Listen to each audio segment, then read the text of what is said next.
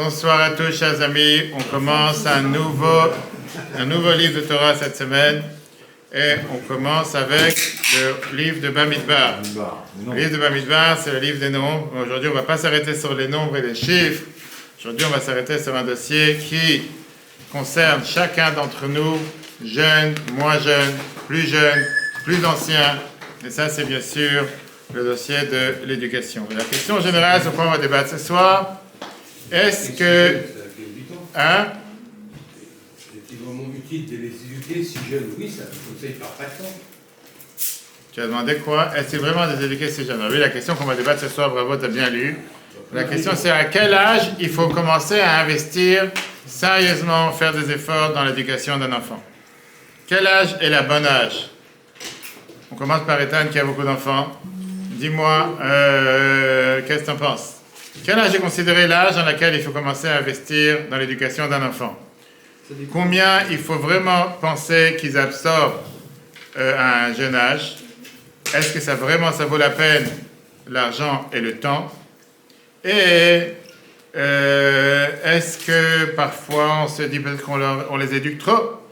On est trop heureux. Laisse-les faire, laisse-les vivre. Qui a dit qu'il faut commencer à un âge si avancé? Peut-être attendre qu'ils grandissent un peu, qu'ils soient plus matures, qu'ils soient plus avancés dans la vie. Et à ce moment-là, ça vaudra la peine de commencer à investir, faire des efforts pour qu'ils puissent comprendre, qu'ils puissent grandir, etc.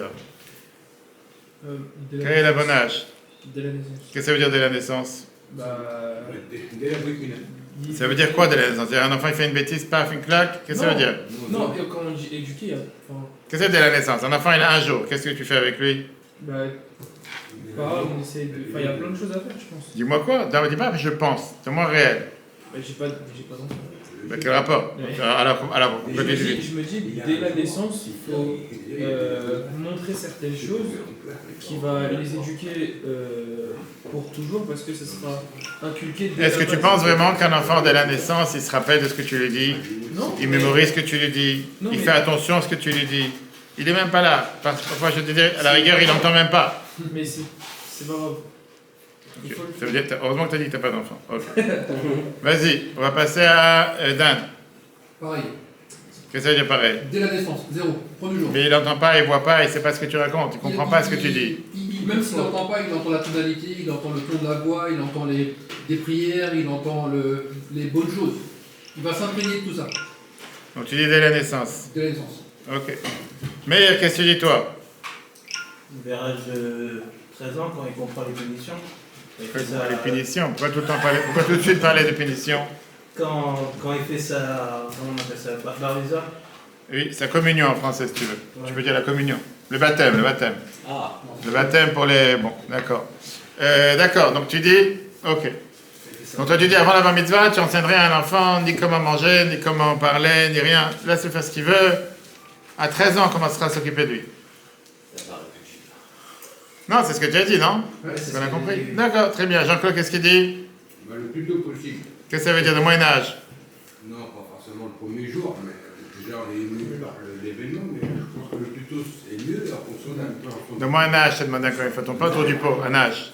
Un jour, 10 jours, 30 jours, un mois, un an, 2 ans. Moi, je n'ai pas l'expérience de ceux qui ont des enfants pour de vrai.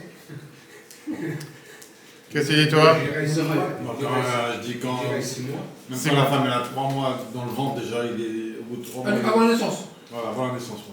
Avant la naissance. Qu'est-ce qu'il dit Laurent? Il entend déjà dans le ventre, comme dit Montraille, mais même à la naissance, il faut qu'ils nous entendent, les parents.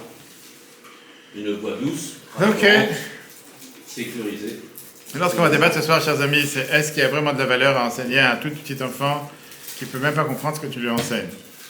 C'est tellement plus facile de laisser mettre de côté l'éducation âge jeune, surtout quand tu penses qu'il est encore jeune pour comprendre quoi que ce soit.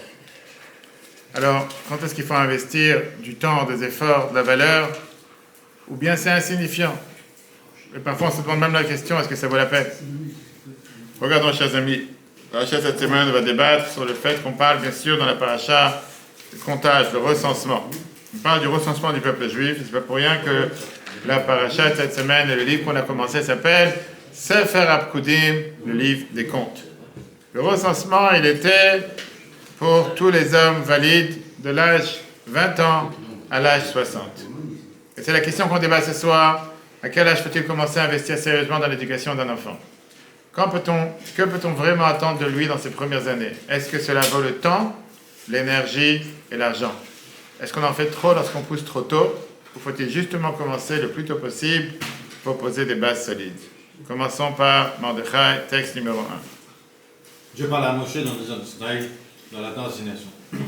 Le premier jour du deuxième mois, la deuxième année après leur sortie en Égypte, en disant: faites le compte de toute l'assemblée des enfants d'Israël, selon leur famille, selon la maison de leur père, en comptant les noms de tous les hommes, tête par tête, depuis l'âge de 20 ans et au-dessus, tous ceux qui sont aptes à sortir à l'armée en Israël, vous les compterez selon leur légion, toi et Aaron. Bravo. On voit un devoir ici que Dieu ordonne à Moshe de compter les hommes juifs âgés de 20 à 60. Maintenant, la question numéro 1, est-ce que Dieu a besoin vraiment qu'on compte? Si on ne les compte pas, il ne saura pas combien il y en a, il n'a pas besoin d'un recensement. Il sait très bien tout ce qui se passe.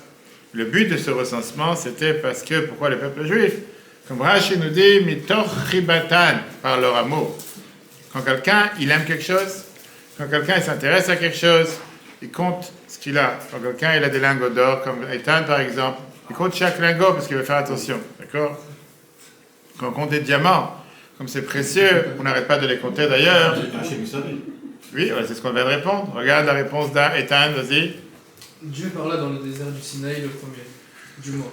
Parce qu'ils lui sont chers, il les compte souvent. Lorsqu'ils sortent d'Égypte, il les compta. Lorsqu'ils tombèrent à cause de la faute du veau d'or, il les compta pour connaître le nombre des survivants. Et lorsqu'il vint faire résider sa présence parmi eux, il les compta. Le premier Nissan, le Mishkan fut érigé, et le premier Iyar, il les compta. Très bien, donc on vient de voir ici que le comptage c'est quoi? C'est parce qu'ils étaient chers aux yeux de Dieu, parce que Dieu il les aime, et quand on aime quelque chose, on le compte. Quand on n'aime pas, donc c'est pas parce qu'il a besoin de savoir combien ils sont, Dieu sait très bien combien ils sont, il les compte parce que c'est important. Ok, donc si on parle de ce comptage d'amour, vient la Torah, elle nous fait une distinction avec une seule tribu parmi les 12, qui est la tribu de Lévi. La tribu de Lévi, en contraste avec les autres nations, toute la nation, on les comptait seulement à l'âge adulte, alors que les Lévi'im, on les comptait depuis l'âge d'un mois. On vient de voir la tribu de Lévi, on les comptait différemment.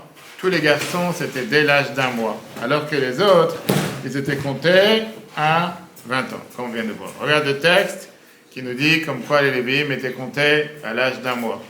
Dan. Dieu parla à Moshe dans le désert du Sinaï en disant: compte les enfants de Lévi selon les maisons de leur père, selon leur famille. Tu compteras tous les garçons depuis l'âge d'un mois au-dessus. Moshe les compta selon la parole de Dieu, comme il en avait reçu l'ordre. Magnifique. On va voir une différence entre le comptage de tout le peuple juif et le comptage des Lévi'im. Maintenant, la question elle est, comment tu peux compter tous les bébés à l'âge d'un mois? Comment tu sais? Tu sais chaque femme le jour qu'elle a accouché, c'est pas comme aujourd'hui, que tu as les registres, tu as l'hôpital, etc. Comment on pouvait le savoir? Bien, suis la suite de ce que tu viens de dire. Dan, vas-y. Oui, c'est la suite. Rashi. Selon la parole de Dieu, Moshe dit devant le Saint béni soit-il: comment puis-je entrer dans leur tente pour connaître le nombre de leurs nourrissons? Dieu lui répondit: fais ta part et moi je ferai la mienne. Moshe allait se tenir à l'entrée de la tente, la présence divine le précédait, et une voix céleste sortait de la tente en disant: il y a tant de bébés dans cette tente. C'est pourquoi il est écrit selon la parole de Dieu. Ça veut dire que c'était compté de manière miraculeuse. D'accord? Miraculeuse. C'était pas normal. C'était pas un compte qu'il allait compter chaque personne. Sinon, ça n'a pas fini quand tu parles du peuple juif qui était tellement grand. Il rentrait à côté d'une tente et il y avait comme l'AI qui s'affichait, qui te disait il y a tant et tant d'enfants. Mais il y a un problème. Parce qu'on a bien de dire que Moïse comptait les bébés de manière miraculeuse avec l'aide de Dieu. Mais regarde ce qui est écrit dans le texte numéro 3. Et qu'est-ce qu'il dit dans ce texte? Vas-y, Mordechai. Dieu parle à Moshe en disant: mais la tribu de Lévi, tu ne le recenseras pas, et tu ne feras pas son compte au milieu des enfants d'Israël. C'est quoi la question? Il ne compte pas, il ne compte plus. Voilà la question, il faut savoir ce qu'on veut.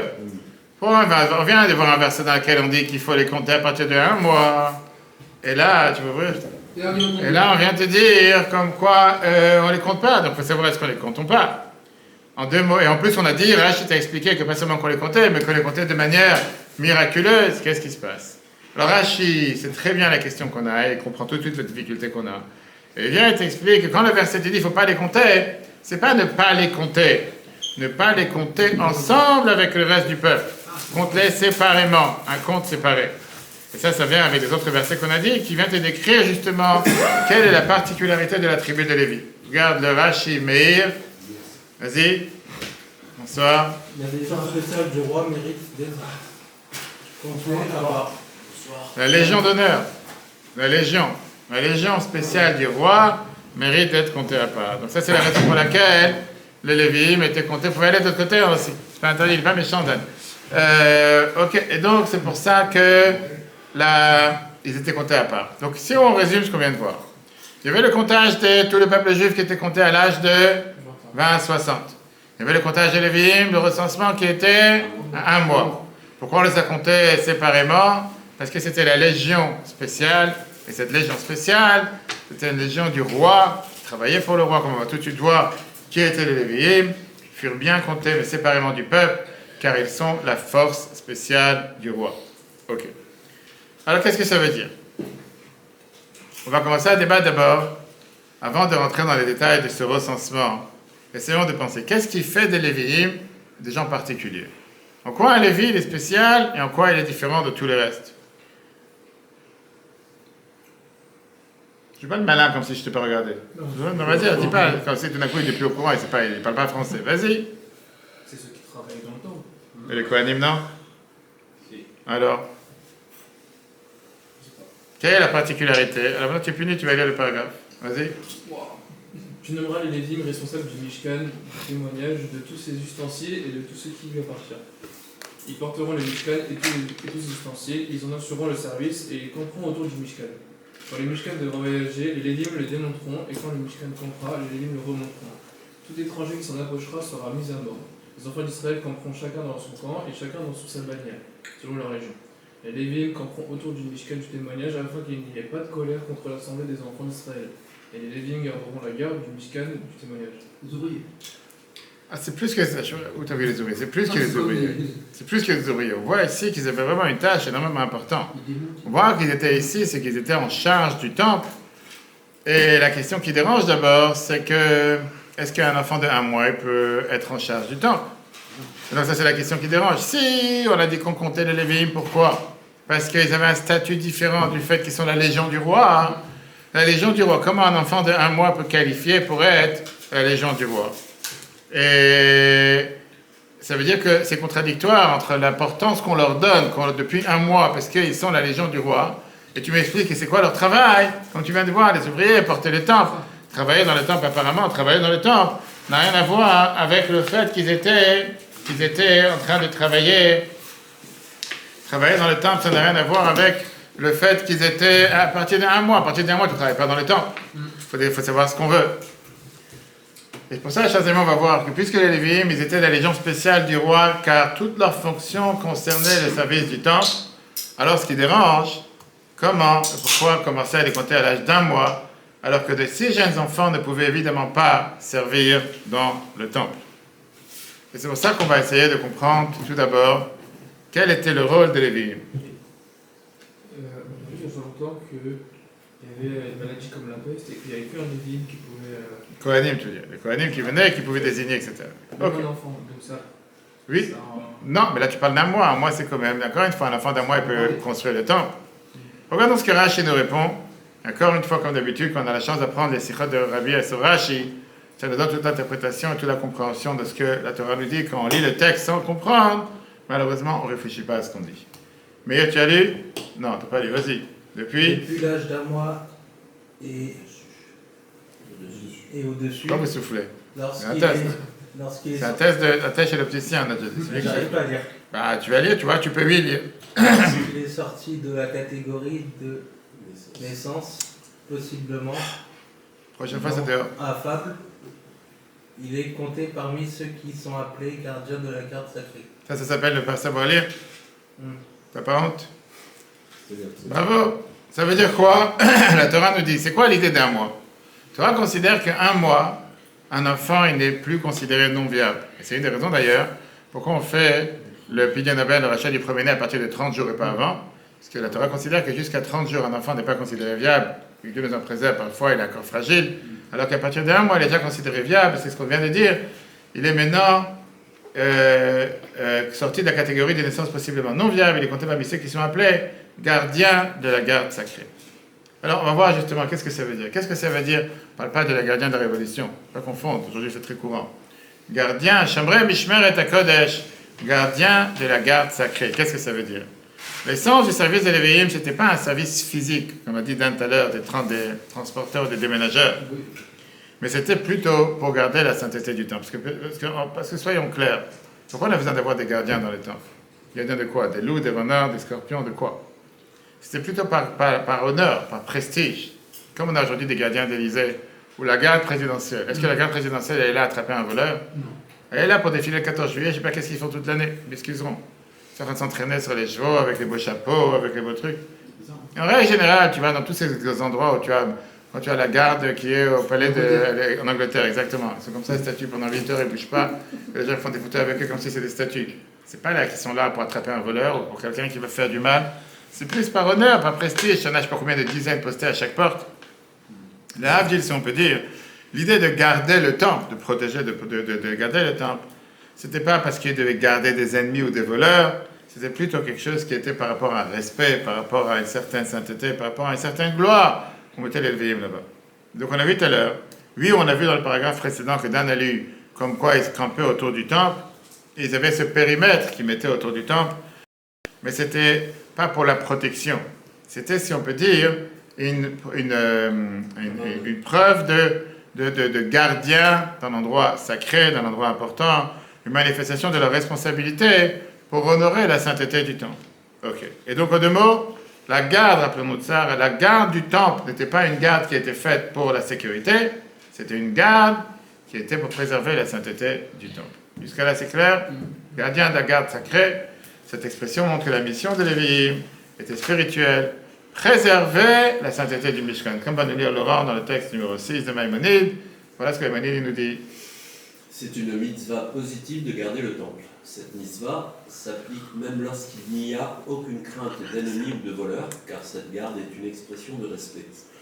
Un palais entouré de gardes inspire bien plus d'honneur qu'un palais sans garde. Ok. Alors maintenant, la question qui dérange est la suivante. Est-ce qu'un enfant de 1 mois, il peut faire la garde? On revient à nos moutons, comme on dit. On a dit tout à l'heure qu'on est compté à partir de quel âge? À partir de 1 mois. Si on est compté à partir de 1 mois, comment tu peux mettre un enfant de... Pourquoi? Parce que tu dis que c'est de la protection, tout ce que tu veux par rapport à sainteté, peu importe la raison. Pourquoi tu les comptes à partir de 1 mois s'ils ne sont pas capables de pouvoir garder? Alors certains commentateurs te disent que leur présence était parfois plus agréable que la présence des adultes. Les adultes parfois peuvent être présents sans être présents. Un enfant, quand il est présent réellement. Ces enfants qui sont présents dans le temple à plein temps, par leur existence, ils sont totalement présents. Alors peut-être qu'ils ne sont pas, je veux dire, en termes de garde ou en termes de garde présidentielle. Pardon, tu ne vas pas mettre une garde présidentielle d'un enfant d'1 mois. Mais comme les Lévi'im comptaient, comme on peut voir dans la photo, autour du Mishkan, pour exprimer la sainteté et montrer qu'il méritait respect et honneur, même un enfant d'1 mois pouvait exactement le faire. Comment c'est la logique? Regardons ce que nous dit Jean-Claude. Texte du Rabbi. Le rôle des Lévi'im qui compaient autour du Mishkan s'appliquait aux petits enfants, ceux âgés d'1 mois et même plus jeunes, exactement comme aux adultes. Au contraire, les enfants étaient principalement ceux qui campaient autour du Mishkan. Les adultes, les hommes, étaient occupés à leur service dans le Mishkan. Ils ne se trouvaient donc pas en permanence dans les temples autour du Mishkan. De même, les femmes sortaient acheter auprès de la maison environnante ce dont la maison avait besoin. Elles non plus n'étaient pas constamment dans sa tente. Dans 7 ans, bravo. 7 ans. Ok, les seuls, Lionel, la suite. Les seuls. La suite. Les seuls qui se trouvaient réellement dans ces tentes étaient les tout petits enfants encore nourrissons, car ils ne pouvaient aller nulle part.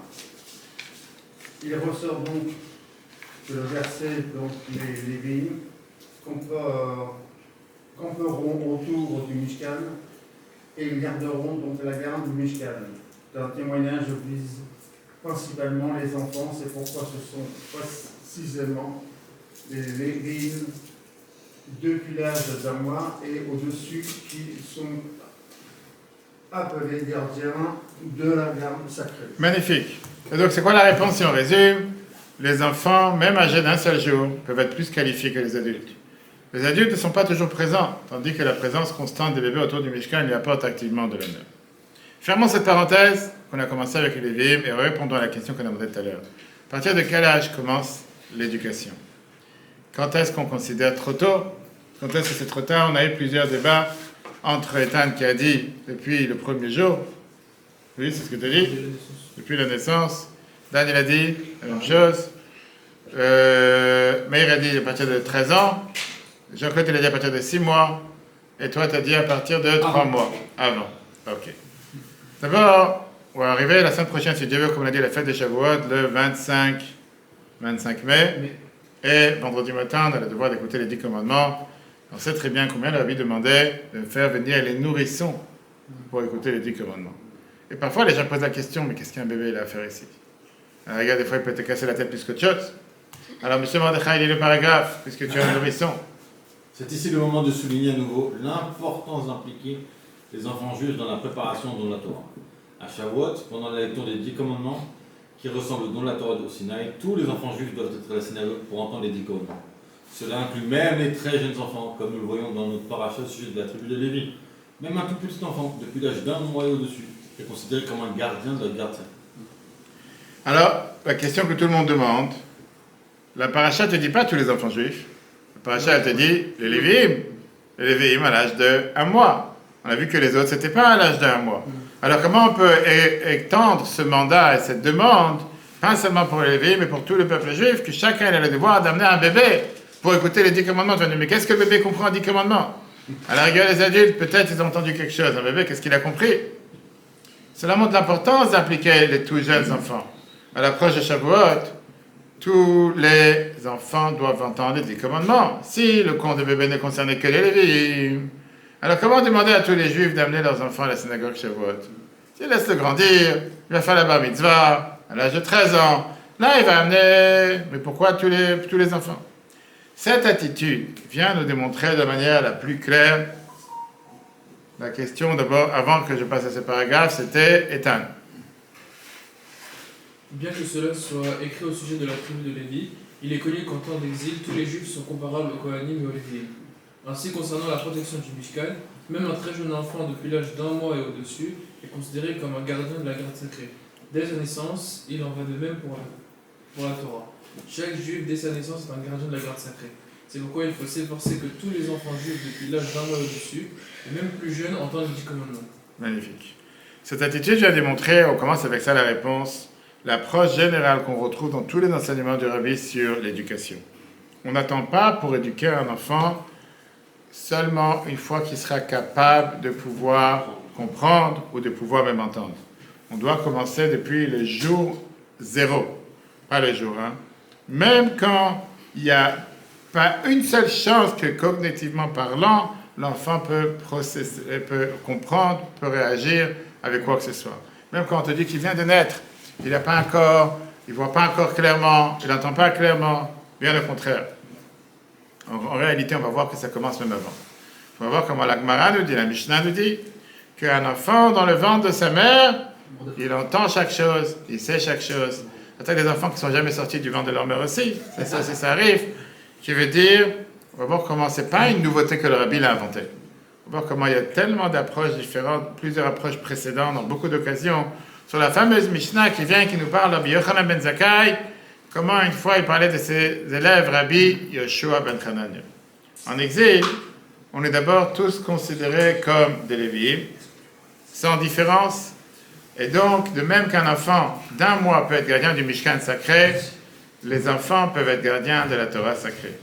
L'éducation commence depuis le plus jeune âge, avant même que l'enfant soit capable de comprendre pleinement. Et d'où on le sait? Regardons la Mishnah, on a lu les chapitres de Pirkei Avot, on lit les maximes de nos pères tous les Shabbats. On a lu le chapitre 2 il y a quelques semaines, et voilà ce que nous dit la Mishnah numéro 9. Numéro 2, chapitre 2, Mishnah 9. Vas-y, Dan. Rabban Yochanan ben Zakkai avait 5 disciples. Rabbi Eliezer ben Urkenos, Rabbi Yoshua ben Hanania, Rabbi Yossi le Kohen, Rabbi Shimon ben Netanael et Rabbi Elazar ben Arar. Il énumérait leurs qualités. Yoshua ben Hanania, heureux celle qu'il a mis au monde. C'est bon? La suite. Elle est appelée ainsi parce qu'elle fait de lui un sage. Elle allait Ça, c'est le Barthéno qui vient et qui t'explique qu'est-ce que ça veut dire dans le paragraphe précédent que Rabbi Shimon ben Hanania, il était quelque chose de particulier, heureux celui qu'il a mis au monde.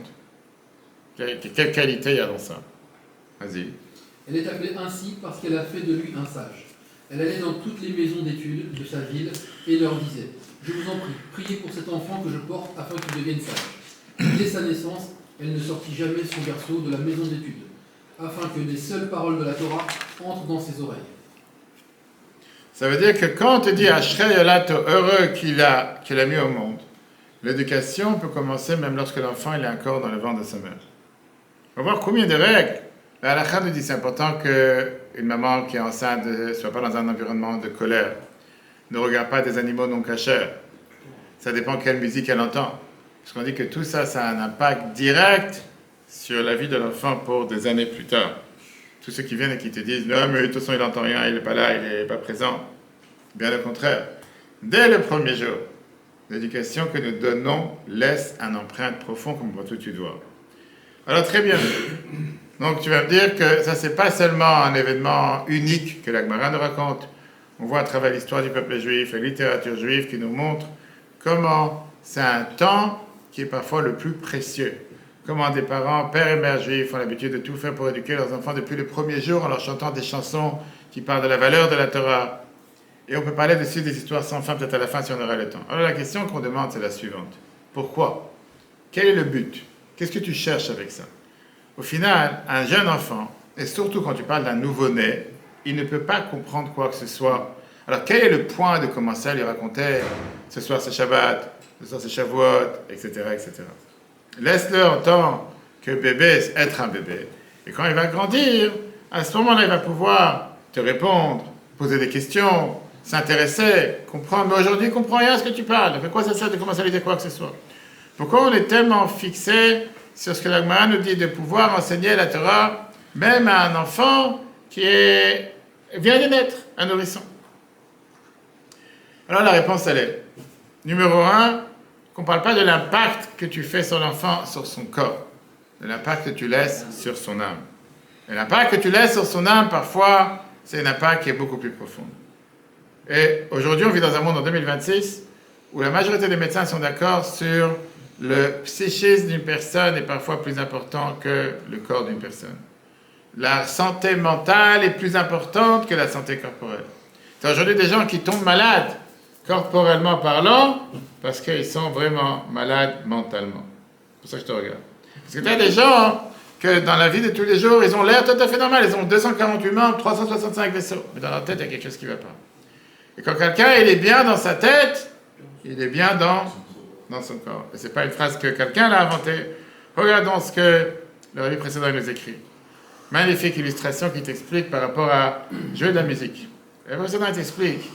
Tu peux avoir en 2 mots quelqu'un qui n'a jamais appris comment jouer une guitare. Il n'a jamais appris comment quelqu'un joue de la guitare ici? Il veut jouer de la guitare? Non. Qui c'est qui joue de la guitare? Quelqu'un n'a jamais appris une guitare. Et quelqu'un à côté qui est un grand guitariste, il va dire hey, pour qui tu te prends? Tu n'as jamais touché une guitare. Très bien. Et tu commences à toucher les cordes et tu commences à faire une chanson. Est-ce que la chanson que tu as faite n'a pas d'importance parce que tu n'as jamais appris des cours pendant 10 ans comme l'autre? Au final, tu as fait la chanson. Alors oui, tu n'as pas les capacités, mais la chanson, tu l'as fait. Regardez comment l'exemple magnifique que la vie précédente nous dit. On écoute le Diborim, Mordechai Zonto. Pour comprendre cette idée, prenons un exemple simple. La musique est une grande sagesse. Dans l'usage des instruments, il existe des principes profonds sur la manière dont le son est produit et révélé. Chaque son, lorsqu'il est joué seul, possède son caractère. Combiné avec d'autres instruments, il crée des harmonies. C'est encore plus vrai lorsqu'une mélodie est produite par plusieurs instruments ensemble. Tous doivent être accordés selon les règles de la musique. Il existe des experts dans cette sagesse. Ils savent quelle note jouer au violon pour produire tel son, ou comment frapper le tambour pour obtenir tel son. Ils savent combiner les instruments pour créer une douce mélodie harmonieuse qui éveille et réjouit l'âme. La suite. Cependant, une personne qui ne connaît pas la science de la musique produit tout de même un son en touchant une corde de violon ou en frappant un tambour.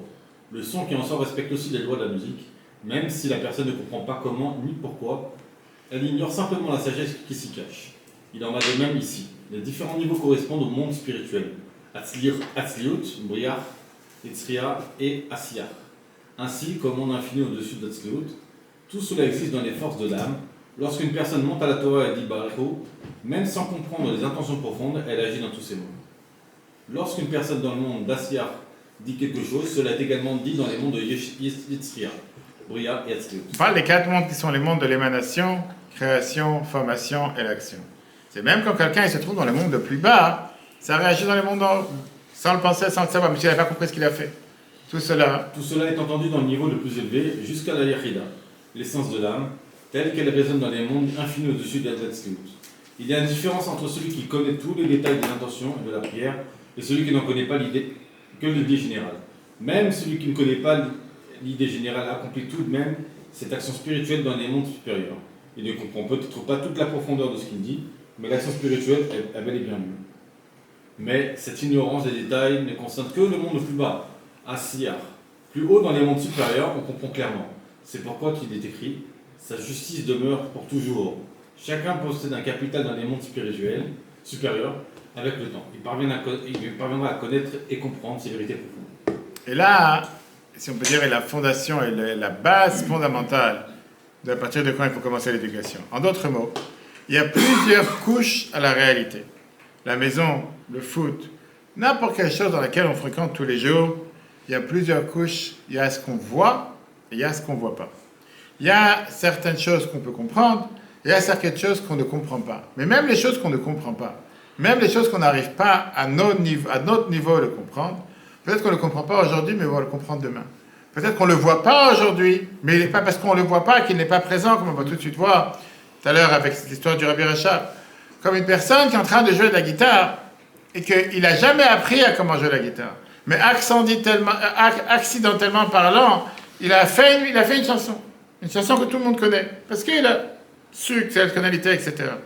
Le fait qu'il n'est pas au courant de comment, il n'a pas appris tous les codes, pourquoi, comment, où serrer ou desserrer, ça n'enlève pas le fait qu'il a fait la chanson qu'il faut. Et donc, c'est pas parce qu'il ne les connaît pas que pour ça, il n'existe pas. Quelqu'un d'autre qui connaît la chanson, c'est une vraie chanson. Et il apprécie cette chanson parce qu'il sait qu'il a... Waouh, comment t'as fait? T'as exactement fait les tonalités qu'il fallait. Et donc, c'est pour ça qu'on insiste sur la valeur d'essayer d'impacter, d'influencer un enfant depuis le plus jeune âge, avec des idées que parfois, peut-être il ne va pas les comprendre maintenant. Mais une fois qu'il va grandir, il va commencer à les comprendre. Par contre, si tu lui as jamais enseigné ces notions quand il était plus jeune, il ne va jamais les savoir non plus quand il sera... Il pourra toujours les apprendre quand il sera plus tard, mais ce sera plus difficile. Et c'est pour ça que, même si dans ce monde matériel, il ne les comprend pas, quelle différence? Dans son âme, il les a compris, comme on va tout de suite voir. Et au final, une fois qu'il va grandir, ça sera quelque chose qui va juste se rappeler de ce qu'il a appris quand il était jeune. Alors que s'il n'a pas appris ça quand il était jeune, il ne pourra pas s'en rappeler. Une merveilleuse histoire qu'il racontait sur ça. Il y avait une fois un masqué, quelqu'un qui était, on va dire, un intellectuel français. Une fois, il a débattu avec le Rabbi Rachab, le 5e Rabbi de Chabad. Il a dit, mais c'est quoi les anges, les âmes? Il a dit, comment vous parlez sans arrêt des êtres spirituels? J'ai jamais vu un ange. J'ai jamais expérimenté quelque chose pareil. Pour moi, ça n'existe pas, toutes ces choses-là. De quoi tu parles? Qu'est-ce que tu racontes? Ça n'existe pas, des anges, des âmes, c'est pas pour moi. Le Rabbi Rachab a dit, je vais te raconter une histoire. Regarde, tu as un carrosse qui va dans la route, à l'époque, ça c'était les Uber. À l'intérieur du carrosse, tu as 2 personnes qui sont des grands érudits, qui sont en train de parler des choses profondes de la Torah. Ils discutent sur ce qui se passe dans les mondes d'en haut. Ça, c'est à l'intérieur du carrosse. Sur le banc à l'avant est assis le carrossier ou le chauffeur d'Uber de l'époque. D'accord? Comment tu appelles ça, le chef? Un cocher. Cocher, merci. Lui, il comprend rien, il n'entend rien du tout de ce qu'ils disent, les 2 grands érudits qui sont derrière. Lui, il pense du salaire qu'il va recevoir quand ils arrivent à la destination. Il est payé 10 roubles pour les amener d'un point à l'autre point. Face à lui, il y a les chevaux qui sont en train de tirer la carrosse, la charrette. Eux, ils ont devant leur tête un sac avec du foin. Et eux, ils se disent que leur but, c'est de courir pour pouvoir attraper le maximum de foin possible. Et eux, ils pensent qu'une fois qu'ils vont arriver à leur destination, ils vont avoir un bon repas, encore du foin frais, etc. Le Rabbi Rachab lui dit, écoute-moi bien. tu as 3 voyageurs, 3 types de voyageurs dans ces voyages. Tu as les chevaux, le cocher, et tu as les passagers qui sont dans la carrosse. Ils sont les 3 dans la même direction. Mais chacun, il est en train d'absorber un monde différent. Chacun vit sur une autre planète. Alors le Rachab, il lui dit la chose suivante. Il regarde dans les yeux et il lui dit, est-ce que les anges ne sont pas des anges parce que les chevaux pensent à au foin? Parce que les chevaux, ils ne comprennent pas ce que les anges disent. Eux, leur seul but, c'est de courir derrière le foin, pour ça les anges ne sont pas des anges. En d'autres mots, le fait que toi, tu ne comprends pas ce qui se passe dans les mondes spirituels, ça ne veut pas dire que ça n'existe pas. Dans ta tête, ou dans ta manière de voir les choses grossières, matérielles, terrestres, il n'y a pas de monde spirituel. Comme les chevaux, ils comprennent rien de quoi tu parles. Parce qu'eux, ils n'ont pas compris, ça veut dire que ça n'existe pas. Comme quelqu'un qui n'a jamais travaillé sur les ordinateurs, et qui n'a jamais décodé un ordinateur ou compris comment les codes, comment on fait une page internet. Quand il commence à voir tous ces chiffres et tous ces signes, il pense que c'est des Chinois. Sans rien en vouloir de mal. Il ne sait pas de quoi tu parles. Il dit, mais quelle différence si tu as mis une barre du côté droit ou du côté gauche? Quelle différence si tu as mis un sec de ce côté ou un sec à l'envers? Laisse-moi tranquille que tu rajoutes un point. Et l'autre, quand tu appelles les services qui viennent t'aider pour des problèmes techniques, ils te disent, ajoute un point, ajoute une barre, ajoute 2 traits. Tu commences à faire les choses comme un idiot. Tu comprends rien à ce qu'ils disent. À la fin, tu as envie de t'envoyer balader. Pendant une demi-heure, tu dis tape ci, tape ça, tu n'as rien compris. Et à la fin, ça marche. Et en quoi l'autre? Parce que toi, tu n'as pas compris, ça veut dire que ça n'existe pas. Parce que toi, ce que tu vois, c'est la première page. Et tu ne vois pas ce qui sont les codes HTML, comme on appelle ça par derrière. Pour ça veut dire que ça n'existe pas. Mais la personne qui s'y comprend, et la personne qui s'y connaît en informatique, lui, ne regarde pas la page que tu vois. Lui, regarde ce qui se passe en arrière. Et lui, il est capable de te programmer tout ce qui va se passer en fonction de ce qui se passe en arrière. Il n'en a rien à faire de ce qui se passe en avant. Lui, ce n'est pas le résultat final qui l'intéresse, c'est ce qui se passe en arrière. Rabbi Rachab, il dit c'est la même chose. Quand quelqu'un il te dit, mais un enfant, il ne comprend pas, Rabbi dit, de quoi tu parles? Parce que toi, tu penses que cet enfant ne comprend pas dans la situation dans laquelle il est aujourd'hui, pour ça, il n'a pas compris. Cet enfant, il comprend parfois même mieux que toi. Sauf qu'il ne peut pas te l'exprimer aujourd'hui. Mais le jour où il va grandir, il va te l'exprimer, il va te le dire de la manière la plus claire, beaucoup plus important que qu'est-ce qu'un adulte aurait pu le dire quand il aurait compris. Et d'où on le sait? On va voir ce phénomène d'abord. Même si un enfant ne comprend pas, son âme absorbe les valeurs et les enseignements auxquels il est exposé. Et là, regardons ce que l'Agmara nous dit. L'Agmara dit à la page 30b. Il appelle ces phénomènes que l'âme comprend les choses les plus cachées de la Torah, les secrets les plus importants de la Torah, quand il est encore dans le ventre de sa mère. Au moment où il sort du ventre de la mère, un enfant, il oublie. On lui fait oublier tout ce qu'il a appris. Tu sais, c'est quoi le but? On va y arriver. Qui c'est qui est en train de lire, Laurent? Rabbi Simlaï enseigne. Une bougie est allumée au-dessus de la tête du fœtus et il voit d'un bout du monde à l'autre. Il n'existe pas de jour où l'être humain est dans un état plus heureux que ces jours passés dans le ventre de sa mère. On lui enseigne toute la Torah. Lorsqu'il vient à l'ère du monde, un ange vient et le frappe sur la bouche, lui faisant oublier toute la Torah. Magnifique, c'est ce que la Gemara nous enseigne. C'est-à-dire, encore une fois, ce n'est pas une invention, c'est du réel ce que la Torah nous raconte. Alors la question, elle est, que tout le monde demande, à quoi sert d'enseigner la Torah au fœtus s'il va ensuite oublier? C'est quoi ce jeu? C'est qu'il apprend toute la Torah quand il est dans le ventre de sa mère, pour qu'une fois qu'il arrive sur la planète Terre, là il a tout oublié. C'était quoi le but? Regarde le texte numéro 12. Jean-Claude, tu te tapes à chaque fois les paragraphes les plus courts. C'est la providence. Faut pas que tu dormes. Vas-y. Pour comprendre pourquoi on enseigne quelque chose à une personne et puis on lui fait oublier, la raison est que l'homme doit être illuminé par la lumière de Dieu afin qu'il puisse plus tard ressentir la crainte et l'amour de Dieu dans son cœur. C'est pourquoi on lui enseigne toute la Torah. Elle agit comme une lumière enveloppante par laquelle la lumière de Dieu brille sur elle avec la force de l'amour et de la crainte. Ensuite, on lui fait oublier afin que le travail de l'homme consiste à choisir librement le bien, mais la lumière de la Torah qui a brillé puissamment dans l'âme avant qu'elle ne soit pleinement revêtue dans les corps matériels lui donne la force de faire pénétrer cette lumière dans le corps physique et de transformer l'obscurité en lumière. Magnifique. Ça répond à beaucoup de questions. Parce que la Gemara, quand il vient, il te dit, quand les gens te disent, laisse-le grandir, il choisira sa religion. Laisse-le grandir, il choisira ce qu'il a envie. Laisse-le grandir, il choisira ce qu'il... Mais si tu ne l'as pas enseigné, qu'est-ce que tu veux qu'il choisisse? Il n'a pas quoi choisir, comment choisir? Regarde les paragraphes d'après. Tout cela s'accomplit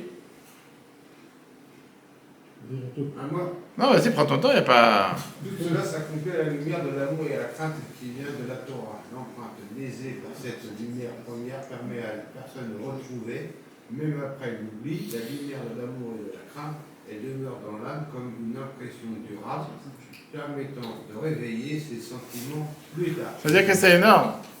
Pourquoi on lui apprend avant de partir? Pourquoi on lui apprend avant de naître? Pour que ce ne soit pas quelque chose de nouveau une fois qu'il est arrivé sur cette planète. Il a déjà appris. Et c'est pas la même chose quelqu'un qui découvre quelque chose de nouveau pour la première fois et quelqu'un qui l'a déjà appris. Une fois qu'il a déjà appris, automatiquement c'est juste que tu dois... C'est comme un ordinateur qui est en veille, que tu bouges la table, il s'est réveillé. Mais il a déjà appris, il est déjà allumé, c'est pas comme il est éteint. C'est exactement la même raison. Donc quand tu demandes quel est le but, à quoi ça sert, la Torah illumine l'âme, éveille l'amour et la crainte de Dieu. Même lorsqu'elle est oubliée, cette lumière demeure et permet à la personne de se reconnecter plus tard. Maintenant, revenons à ce qu'il a dit Rabbi Simlai. Lionel peut nous lire le paragraphe de Rabbi Yosef Soloveitchik, qui était un des grands rabbins en Amérique, décédé en 1993, un grand talmudiste et un philosophe. Rabbi Simlai. Oui. Rabbi Simlai donc voulait nous enseigner lorsqu'un juif étudie la Torah, il ne rencontre pas quelque chose d'étranger ou d'extérieur, mais quelque chose d'intime et déjà familier, car il l'a déjà étudié auparavant. Cette connaissance a été conservée dans les profondeurs de sa mémoire et fait partie de lui. En réalité, il étudie ce qui est déjà à lui. Apprendre, c'est retrouver quelque chose de familier. Le juif qui étudie la Torah ressemble à une personne amnésique qui tente de reconstruire parmi les fragments le monde magnifique qu'elle a autrefois connu. En étudiant la Torah, l'homme revient à lui-même, se retourne et avance vers une existence éclairée, et lorsqu'il se retrouve, il retrouve la délivrance. Magnifique. Ça, chers amis, c'est la réponse. Pourquoi l'importance d'enseigner à un enfant depuis le plus jeune âge? Et tous ceux qui te disent, laisse-le grandir, laisse-le avancer, après il va choisir. C'est faux. Pas seulement c'est faux, c'est que ce serait beaucoup plus dur. Pourquoi? Parce que là, le fait de le faire apprendre alors qu'il n'est pas encore né, c'est ce que Dieu fait avec chaque enfant. Une fois qu'il va commencer à apprendre plus tard, il va redécouvrir ce qu'il avait déjà appris. Lorsqu'un juif étudie la Torah, il lui semble familier parce qu'il est déjà gravé dans son âme. L'étude l'aide à se reconnecter à lui-même et à découvrir ce qu'il est vraiment. Et là, regardons ce texte numéro 14, comment le Rabbi nous explique ça, l'importance. Pourquoi on chante des chansons de Torah à un enfant? Pourquoi on fait les schémas avec un enfant avant de dormir? Pourquoi on fait faire une bracha à un enfant? Tu dis, mais c'est grandir, une fois qu'il va découvrir, il va avoir 6, 7, 8 ans, 9 ans. Là, il va commencer à faire une bracha, pas avant. Et là, qu'est-ce que la Bible te dit? Concernant les versus que les parents chantent pour endormir les bébés, il faut veiller à ce que les paroles contiennent des idées de sainteté, comme le chant, la Torah est la meilleure marchandise. Certains pourraient demander quelle différence cela fait pour un nouveau-né qui vient juste de naître. Ne voit-il pas, n'entend-il pas ce qui se passe autour de lui? Mais en vérité, ce n'est pas le cas, au contraire. La Torah de vérité, Torah de vie, nous enseigne que cela a un effet immense, même s'il n'en est pas visible immédiatement. Même si nous ne savons pas si les paroles ont atteint les oreilles ou les yeux physiques du bébé, il est certain qu'elles ont atteint son intériorité. L'âme du bébé entend, voit et plus encore, elle absorbe. Tout cela laisse une impression très forte sur l'enfant pour toute sa vie. Magnifique. Ben ça, on peut rajouter un point qu'on ne parle pas seulement d'un bébé matériel. On parle aussi d'un bébé spirituel. Parfois, tu peux penser, tu parles avec un juif que pendant 5 ans, 10 ans, 15 ans, 20 ans, il te jette. Ça ne m'intéresse pas. Donne pas la tête. Laisse-moi tranquille. Son âme, elle entend. Tôt ou tard, l'âme, elle se réveille. Tu as des fois, malheureusement, des âmes qui sont endormies, des fois dans un coma. Tu as des gens qui sont dans un coma pendant 6 ans, 6 mois, 12 ans, et ils se réveillent. Et après, ils te racontent qu'est-ce qu'ils ont entendu. Et des fois, tu as des médecins qui sont capables de te dire aujourd'hui que quelqu'un qui est dans un coma, tu vas lui chanter, tu vas lui mettre des chansons qu'il avait l'habitude d'entendre quand il était à bonne santé, ou des émissions, peu importe, des choses qui le touchaient. Tu vois tout de suite que sur l'écran, tu vois tout de suite que ça agit, parce que c'est quelque chose qui lui parle. Et c'est pour ça que les médecins aujourd'hui te disent que quand il y a quelqu'un qui est parfois en état végétal, c'est important de venir parler, de venir être proche de lui, de ne pas l'abandonner en disant il est en état végétatif, laisse-le tomber, laisse-le mourir. Bien au contraire. Et on voit aujourd'hui combien la médecine se lie avec ce que la Torah nous enseigne.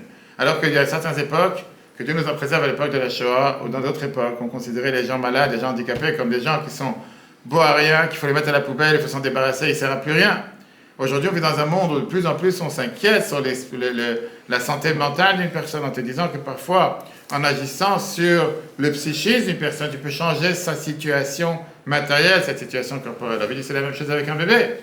On dit soulignait souvent l'ancienne coutume de chanter au bébé des chants de Yiddish, de Torah, car leurs âmes absorbent les enseignements saints. Yiddish ou hébreu, peu importe en quelle langue.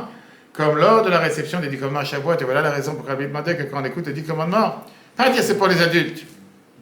Mais mon enfant vient. Même un nourrisson qui soit présent. Pourquoi? Parce que son âme elle entend. Et il se rappellera tout le temps. Je rappelle qu'une fois, j'ai une femme ici qui avait accouché à Lézigny. Elle avait accouché le matin de Purim. Le Purim, c'était le soir. Elle a accouché et je lui ai dit, écoute, ce soir, j'ai lu la lecture du travail. Elle avait accouché à Champigny, je crois, l'hôpital de Champigny. Et je lui ai dit, écoute, il n'y a pas de souci, je finis la lecture du travail. Après, je vais venir à l'hôpital, te lire la Megillah. Je fais, mais Ravama, vous ne dérangez pas, vous êtes tellement fatigué, Purim a tellement de choses à faire. Je fais, pourquoi tu veux que ton enfant il rate un Purim de sa vie d'écouter la Megillah? Si au moins il peut écouter ce soir. Fait qu'il ne va pas rater aucun. Je rappelle, j'étais dans la chambre d'hôpital, je suis rentré par les urgences, je suis arrivé là-bas à 10h du soir. J'étais dans sa chambre, 10h du soir, Purim a fini la lecture ici. Je suis parti lui lire avec elle et son bébé qui avait même pas un jour. Et aujourd'hui, il est bar mitzvah, je crois qu'aujourd'hui, il fait l'armée en Israël. C'est une histoire d'il y a quelques années. Et on voit tout de suite comment parfois un enfant, que tu peux croire, ouais, laisse tomber, il n'est pas là, il est en train de... Non, c'est faux.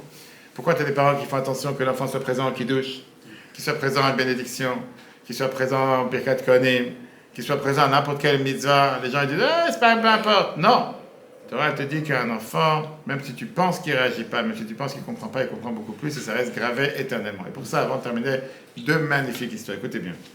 Écoutez ces histoires. Je vais vous les raconter. Première histoire.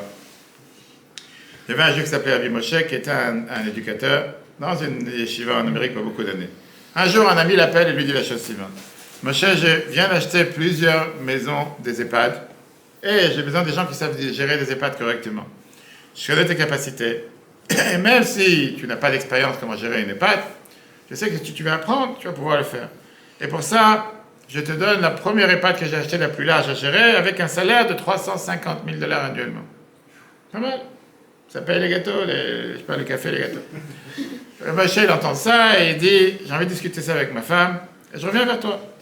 Ce soir-là, après qu'ils ont mis les enfants à dormir, il discute avec sa femme de l'offre, il dit, regarde, sa femme, elle lui dit, mais toi, t'as dit que tu voulais dédier ta vie à éduquer les enfants, comment tu peux tout d'un coup arrêter d'éduquer les enfants pour aller t'occuper des vieux? C'est pas seulement t'occuper pour un salaire plus important. Le lendemain matin, il pensait refuser l'offre.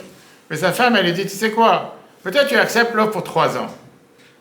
Avec cet argent, on va pouvoir retourner tu vas pouvoir retourner à être un prof, sans se soucier des finances, etc. Tu auras fait $1 million en 1 an, en 3 ans. Il n'a pas répondu tout de suite. Mais après quelques jours, il a commencé à voir, peut-être c'est intelligent ce que ma femme elle a dit.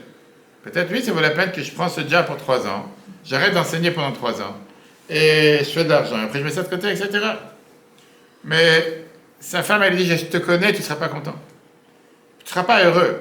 Parce que ta joie, elle est plus importante que l'argent. Dieu va nous donner ce qu'on a besoin. Mais je ne pense pas que tu vas être heureux en t'occupant de cette maison de repos, de ces EHPAD. Parce que ta passion, c'est de t'occuper des enfants, enseigner, ça, c'est ce que tu aimes faire.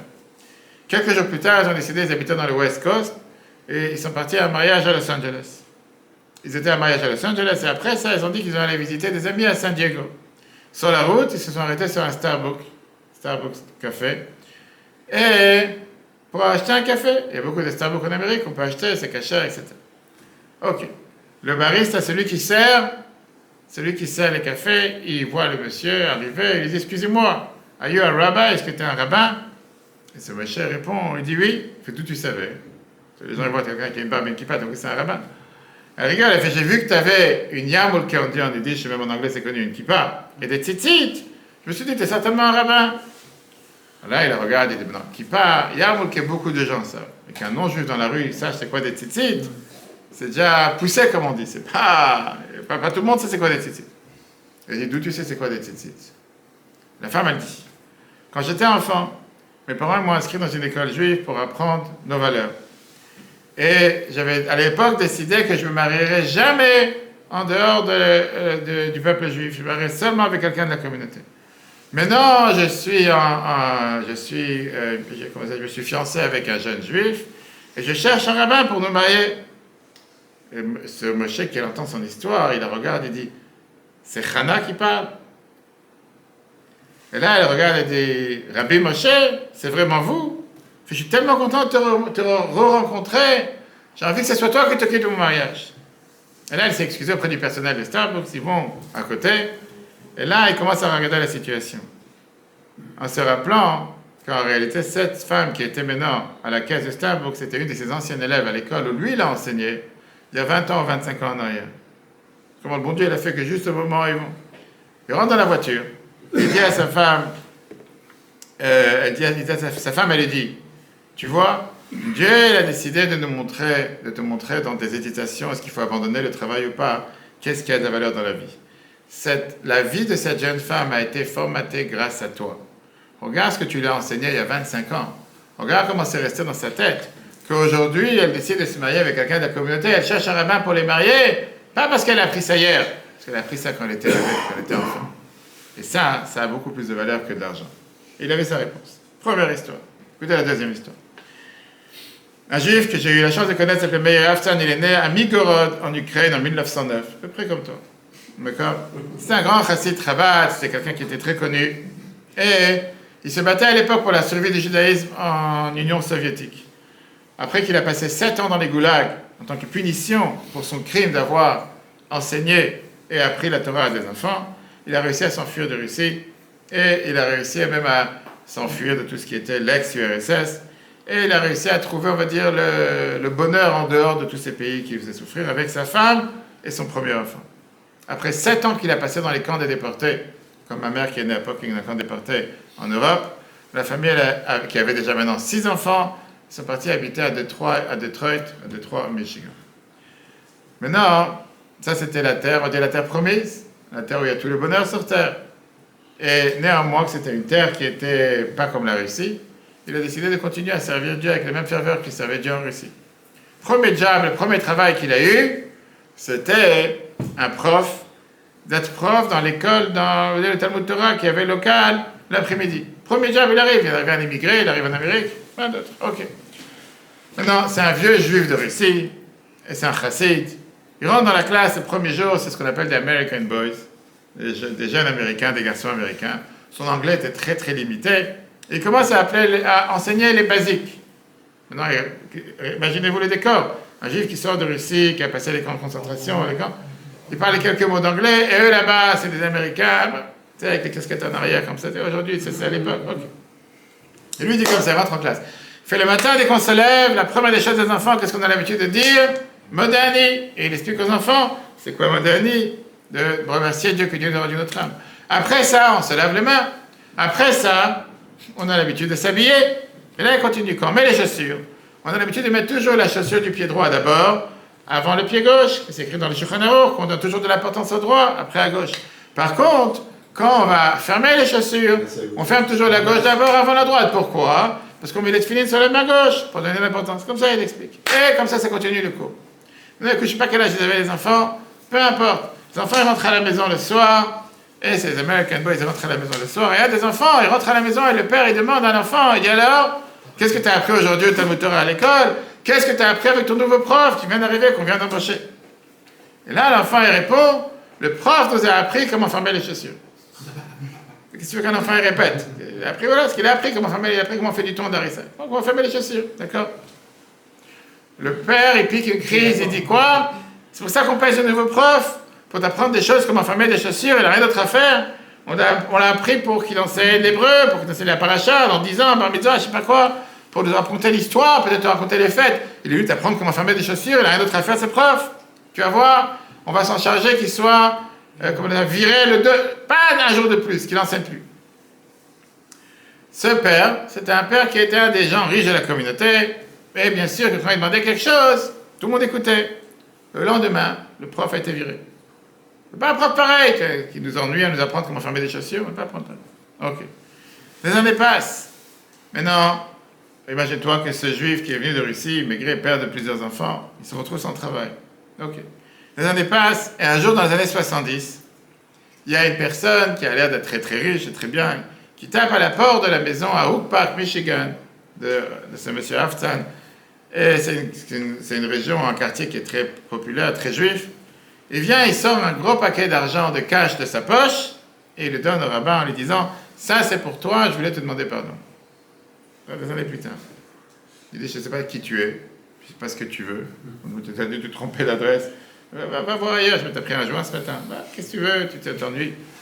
Je lui ai dit, tu te rappelles pas, c'était quoi l'origine du Talmud Torah qu'on avait à l'époque et la leçon que tu avais donnée aux enfants et qu'à cause de ça, un père avait tout fait pour te virer de l'école, etc. Il dit, bien sûr, je me rappelle. C'était ma première expérience aux États-Unis, aux USA, comme on dit aux US. C'était le pays du bonheur. Ça, c'était le plus gros bonheur que j'ai eu. Il lui dit, tu sais quoi? Ce garçon, c'était mon fils. Il a grandi. Il a totalement laissé la religion juive de côté.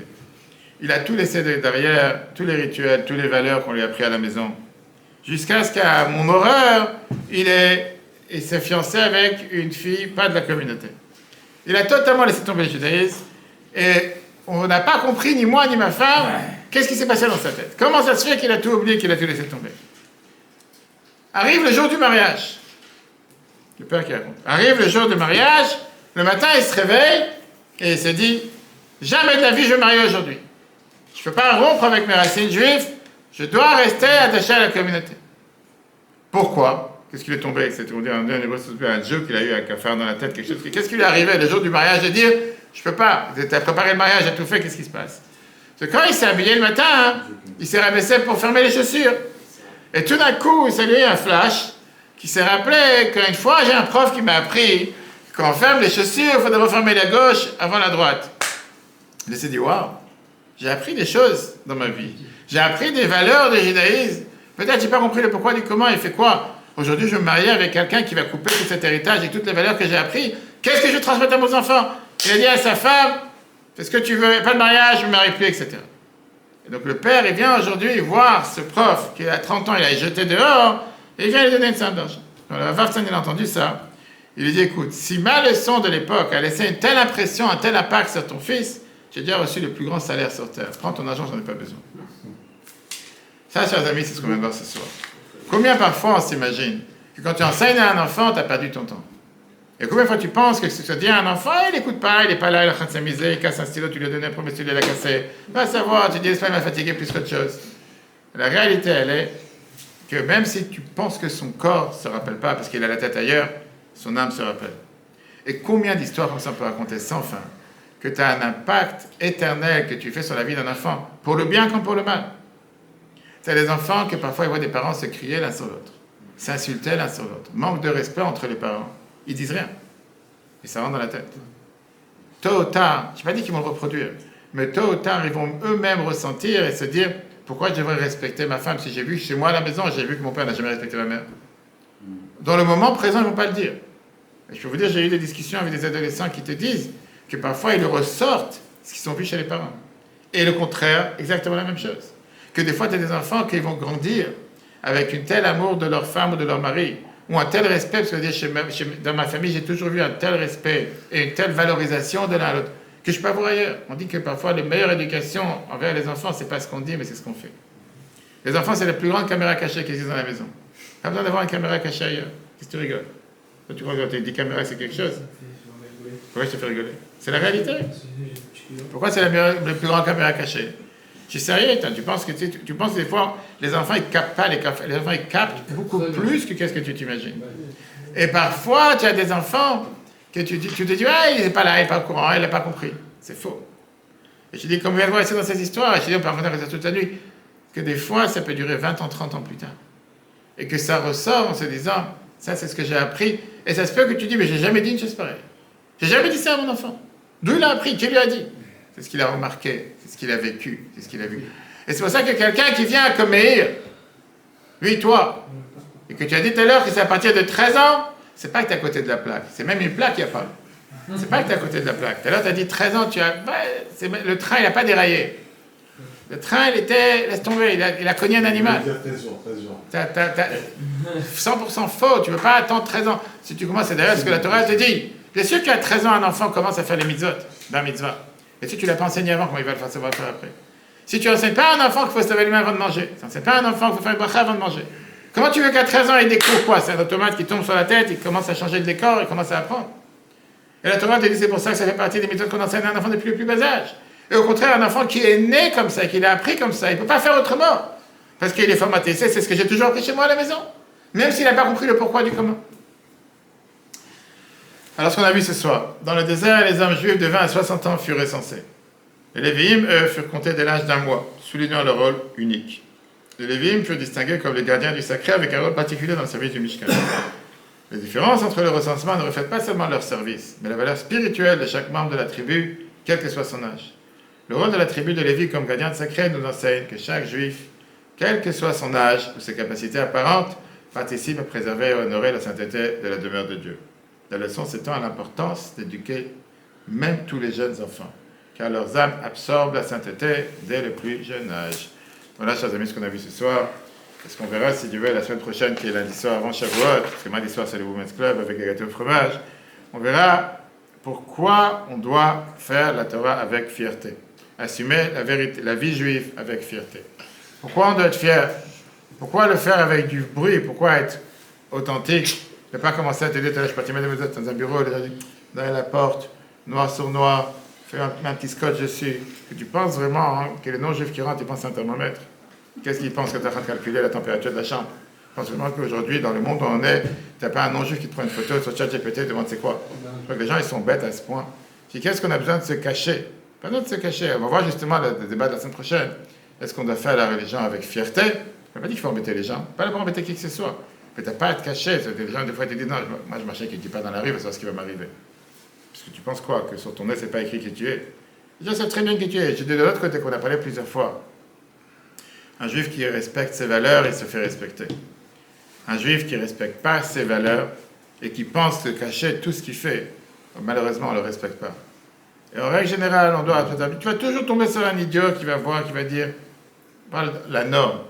Les êtres humains et les non-juifs respectent quelqu'un qui respecte ses valeurs. Et quelqu'un qui ne respecte pas ses valeurs. Cours en replay sur etora.fr. Je rappelle à tout le monde qu'on a, si Dieu veut, lundi soir prochain, le cours de Shavuot, mardi soir, le 19 mai, le Women's Club avec les gâteaux au fromage. Vendredi matin, comme on l'a dit, le 25 mai ou le 26, je ne sais pas, on a le devoir d'écouter les 10 commandements de Shavuot. Et bien sûr, les gars, là, si Dieu veut, le 10 juin, on compte sur la présence de chacun et le soutien de chacun, tous ceux qui ne sont pas encore inscrits, de s'inscrire et d'inscrire avec eux tous leurs amis, etora.fr.